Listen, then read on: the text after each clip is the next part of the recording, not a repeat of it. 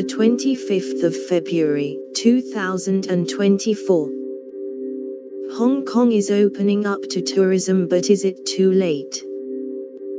The city hopes the move will revive its status as an international business and travel hub, but the locals said the change may be too late.